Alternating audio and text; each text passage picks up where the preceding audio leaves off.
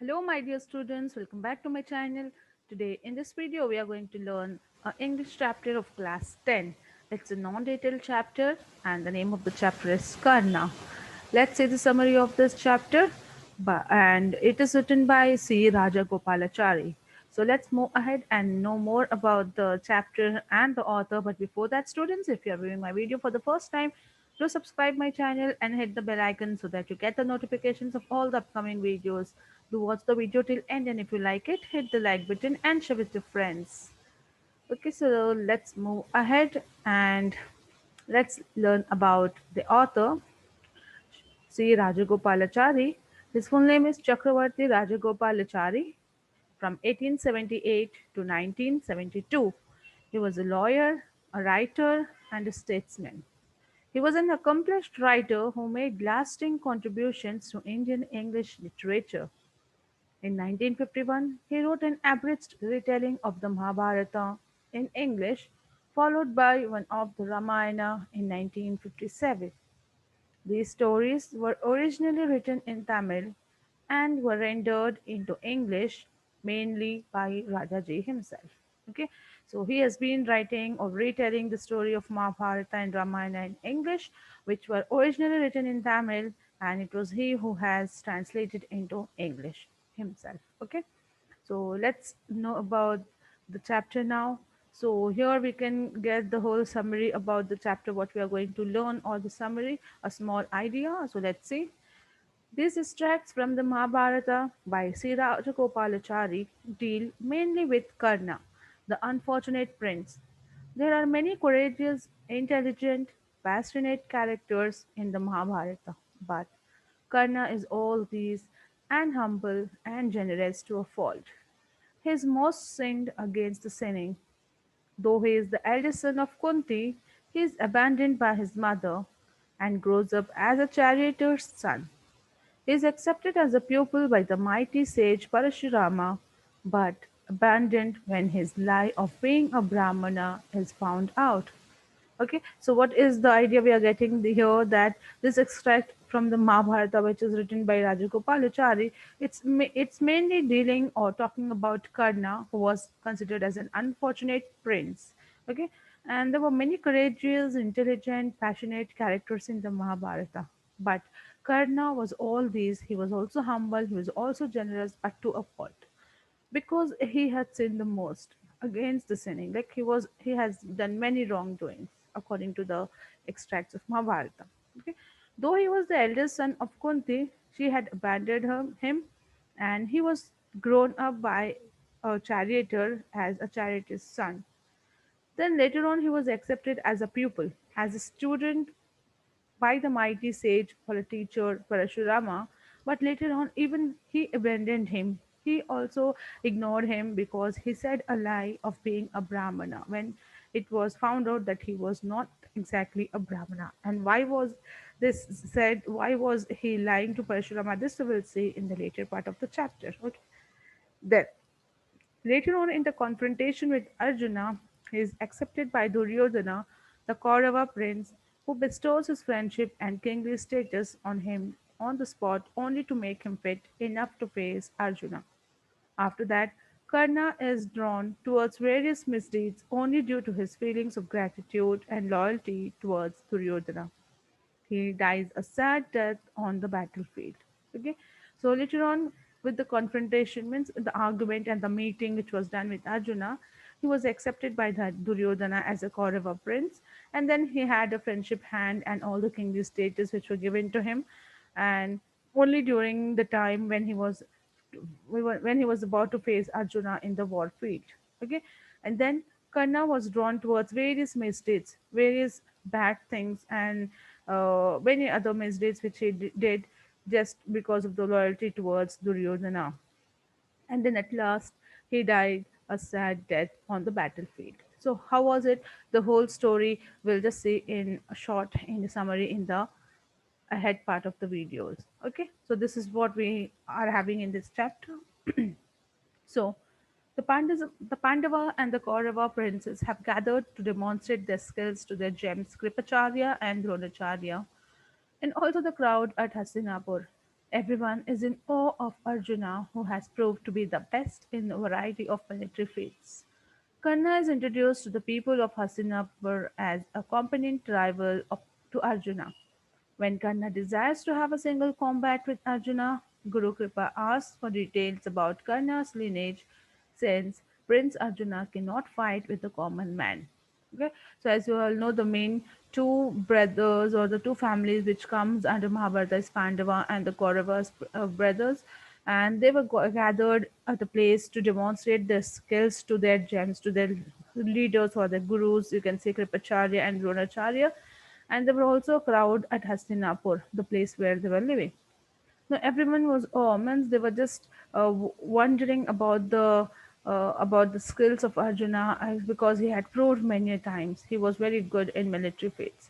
Now Karna was introduced there in the crowd to the people of Hastinapur that he is a rival to Arjuna today. And when Karna desired to have a combat, like single fight with Arjuna, then Guru Kripa asked him about the detail of Karna's lineage, his background, his family background, because Prince Arjuna cannot fight with any of the common men over there. They should have equal status to fight at the battleground. Then Karna remains silent, and Duryodhana, seizing the opportunity, crowns him the king of Anga and thus grants him royalty. So as soon as this question is asked, then Duryodhana he comes because he had given his friendship hand with Karna. He has accepted him. He takes the opportunity and he crowns him as a king of Anga in front of everyone and grants him royalty. And this is just for the fighting to face Arjuna at the battlefield. Okay, but at that time, Karna's father, a charioteer, comes there to bless him, and everyone laughs at Karna. Bhima mocks Karna. Duryodhana admonishes Bhima for his unpleasant behavior and takes Karna away. So there, Karna's father, he is a charioteer. His father, he comes to bless him because he's going for a fight, and when he is so tensed and he is thinking about his son, but everybody sees and laugh at Karna then, and Bhima also starts teasing him. Then Duryodhana he warns Bhima for his behavior, unpleasant behavior, what he is doing towards Karna, and takes Karna away from there.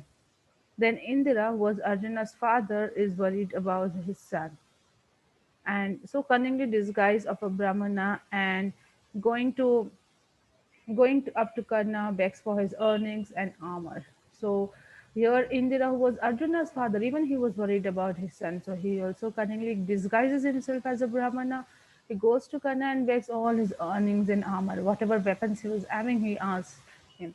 And Karna was a generous person, so he gave everything without any hesitation. And in return, Indira gives him the boon of the weapon Shakti, which can kill one enemy of Karna without fail. So in turn, he gives some boon to him that he can kill one enemy of Karna without fail. Then this extract shows Karna's courage, humility, and generosity, like how generous he was. Even at the last moment, he gave up all his armors and everything. Then Karna's lie to Parshurama about his caste was revealed, and earned Parshurama's curse. While the Guru was lying on his lap, a stinging worm burrowed into Karna's thigh, but he did not stir for fear of disturbing his Guru. When Parshurama got up and saw this, he realized Karna was a Kshatriya, as he could withstand such pain. This made him curse Karna to forget what he had learned from Parshurama just at the moment he needed it. Okay, so you might have got now what we have seen in the first uh, page or the slide of this video, that Karna had lied to Parshurama about his caste. He said that he was a Brahmana and he wanted to learn all the tricks from him. And so he accepted him as a pupil and he taught him everything. But later on, one day, when he was lying, the guru, that is Parshurama, he was lying on the lap of the pupil, that is Karna. A worm uh, just wounded Karna's lap or thigh, but he did not move or he did not make his guru to get up because he was fearing that he would disturb his sleep. So he, in order not to disturb his sleep, he just withstood or he bared all the pain. And later on, when Parshurama got up and he realized that Karna had done such a sacrifice, that he has not moved at all, even though he had such a pain, he bared it, he withstand it. He came to know that he is not a Brahmana, but he is a Kshatriya, because Kshatriya alone can withstand such a pain. And that is why at that time he came to know that he had lied him, that he was a Brahmana, and he gave him that curse that whatever he had taught him, he will forget it at the time of the need. Okay, then Karna's ability to withstand pain and love for the Guru is demonstrated here, and also Karna's loyalty and notion of justice. He meets the grand old man Bhishma to pay his respects. Bhishma advises him to go back to Pandavas since he is their eldest brother. But Karna refuses, saying that his loyalties lie with Duryodhana, who has helped him in the worst of circumstances and given him dignity in life. He takes Bhishma's blessings and goes to the battlefield. So here we can see the loyalty of Karna. He goes and meets the old man over there and his Bhishma, and he pays respects, he takes the blessings. So that time Bhishma advises him that you go back to Pandavas since he is their elder brother. But Karna refuses there because he thinks that Duryodhana has helped him a lot in the worst of circumstances. So he owes to him, and thus he takes the blessing from Bhishma and goes to the battlefield. Now, the valor of Karna is known here. He is in the battlefield opposite to Arjuna, who has Lord Krishna as his charioteer. Now, Karna shoots arrows at Arjuna, which is just miss him through shrewd manipulation of Krishna. Because Lord Krishna is a charioteer, he tries to do some shrewd manipulations, and the arrow just misses from there. Then Karna's chariot wheel gets stuck in the mire, the swampy land. Okay, mire means swampy land where his wheels of the chariot get stuck. And when Karna gets down to release it, Krishna guides Arjuna to shoot at him immediately. Okay, while he's busy removing his chariot wheel, Krishna advises Arjuna to shoot him. But Karna protests at the injustice of shooting at a rival who is not ready for the battle. So it was injustice shooting at a rival who is not ready at the battle and is busy doing something else. So it was very injustice. So he protested against it. But then Krishna speaks at length. He admonished Karna for the various injustice he had done on Pandavas. So many misdeeds he had done, many wrong things which he had done against Pandavas. So along with Duryodhana and the rest, he had been along with Duryodhana and the other people, and he had done many injustice to Pandavas. So finally, Arjuna, urged by Krishna, sends an arrow that gets off the head of Karna. So finally, Arjuna, he just listens to the urge made by Krishna, the request made by the order made by the Krishna, and then he sends the arrow, and with that arrow, the head of the Karna is cut, and that is how the end of Karna in the battlefield comes. So this is how the Karna chapter gets over, where you come to know about the Karna, his courage, his intelligence, his humbleness, but at the same time he was considered as the most sinned person, and this is how at last he got the death at the hands of Arjuna. Okay, I hope this chapter is clear. Now you understood with the help of the summary. And if you like this video, do hit the like button and share with your friends too. We'll be back soon with more such videos. Till then, stay safe. Thank you.